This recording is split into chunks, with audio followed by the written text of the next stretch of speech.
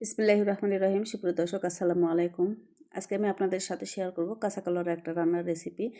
তো কাঁচা কলা বিভিন্নভাবে রান্না করে খাওয়া যায়, ভর্তা করে খাওয়া যায়, ভাজি করে খাওয়া যায় এবং ঝোল রান্না করে খাওয়া যায়। তো আমি আজকে আপনাদের সাথে ঝোল রান্নার একটা রেসিপি শেয়ার করব, আশা করছি ভালো লাগবে। কাঁচা কলায় রয়েছে প্রচুর স্বাস্থ্য উপকারিতা। এটি আমাদের ওজন কমাতে সাহায্য করে, হজম শক্তি বাড়াতে সাহায্য করে, সুগার নিয়ন্ত্রণ করে, রক্ত শর্করা নিয়ন্ত্রণ করে, আরও আছে অনেক পুষ্টিগুণ যা আমাদের শরীরের জন্য অনেক উপকার। তো চলুন দেখে নেওয়া যাক মূল রেসিপিটি। আমি রান্নার জন্য এখানে 4 পিস মাছ নিয়েছি। মাছটা আগে থেকেই পরিষ্কার করে নিয়েছি। আবারও আমি সামান্য একটু লবণ আর লেবু দিয়ে মেখে 10 মিনিট রেখে দিয়ে আবারও পরিষ্কার করে নেব। এতে করে মাছের যে একটা বাজে স্মেল আছে এটা একেবারেই চলে যাবে। আর যারা কাঁচা মাছ দিয়ে এভাবে রান্না করতে পছন্দ করেন না, তারা এই টিপসটি ফলো করতে পারবেন, আশা করছি ভালো লাগবে। তো আমি রান্নায় চলে যাব এবার। চুলাটা অন করে আমি 4 টেবিল চামচ মতো তেল নিয়ে নিলাম। তেলটা একটু গরম করে 1 চামচ আমি জিরা ফোড়ন দিচ্ছি আর 4 টেবিল চামচ পেঁয়াজ বাটা দিয়েছি। 1 চা চামচের একটু কম আদা রসুন পেস্ট দিয়েছি। প্রথমে আমি পেঁয়াজ আর আদা রসুন একটু তেলের মধ্যে ভেজে নেব, এতে করে কাঁচা গন্ধটা চলে যাবে। জাস্ট এরকম লোক আসা পর্যন্ত আমি ভেজে নিয়েছি। আর বাকি মশলা অ্যাড করার আগে সামান্য পানি দিয়ে নিলাম, যাতে মশলাগুলো পুড়ে না যায়। মরিচের গুঁড়া দিলাম 1 চা চামচ, মাছের মশলা দিলাম 1/2 চা চামচ, লবণ স্বাদ মতো, হলুদের গুঁড়া দিলাম আর ধনিয়া জিরের গুঁড়া দিলাম 1/2 চা চামচ। আমার রান্নার পরিমাণটাও অল্প, আমি অল্প অল্প মশলা অ্যাড করেছি। মশলাগুলো এবার ভালো করে ভেজে নেব এরকম লোক আসা পর্যন্ত। এবার আমি মাছগুলো দিয়ে মাছটা একটু ভুনিয়ে নেব কিছুক্ষণ। আর মাছটা সিদ্ধ করার জন্য আমি পানি দিচ্ছি 1 কাপ। এই 1 কাপ পানিতে আমি প্রথমে মাছগুলো ভালো করে রান্না করে নেব, সিদ্ধ করে নেব। ঢেকে রান্না করব মাছটা সিদ্ধ হয়ে আসা পর্যন্ত।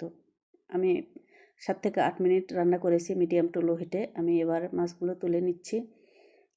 আর এই ঝোলের মধ্যে আমি কলা দিয়ে দিচ্ছি। এটা আমি 2টা কলা নিয়েছি এখানে। কলাগুলো ধুয়ে তারপরে কেটে নিয়েছি।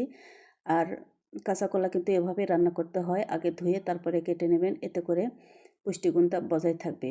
তো ঝোলের মধ্যে আমি কলাগুলো কিছুক্ষণ কষিয়ে নেব। এভাবে নেড়ে চেড়ে আমি কষিয়ে নিচ্ছি, ঢেকে কিছুক্ষণ রান্না করে নেব। আর এ পর্যায়ে ঝোলটা অনেকটা শুকিয়ে আসলে আমি কলাটা সিদ্ধর জন্য পানি দিয়ে দিচ্ছি 2 কাপ। পানিটা রান্নার সাথে মিশিয়ে আমি ঢেকে রান্না করে নেব কলাটা পারফেক্টভাবে সিদ্ধ হয়ে আসা পর্যন্ত। এতে আমার 7 থেকে 8 মিনিট লেগেছে। আমি চেক করে নিচ্ছি কলাটা আমার পারফেক্টভাবে সিদ্ধ হয়ে এসছে। এ পর্যায়ে আমি রান্না করা মাছগুলো দিয়ে দিচ্ছি। আর যেহেতু আমি ঝোল রাখবো, আমি আবারও 1 কাপ পানি দিয়ে নেড়েচেড়ে ঢাকনা দিয়ে রান্না করে নেব।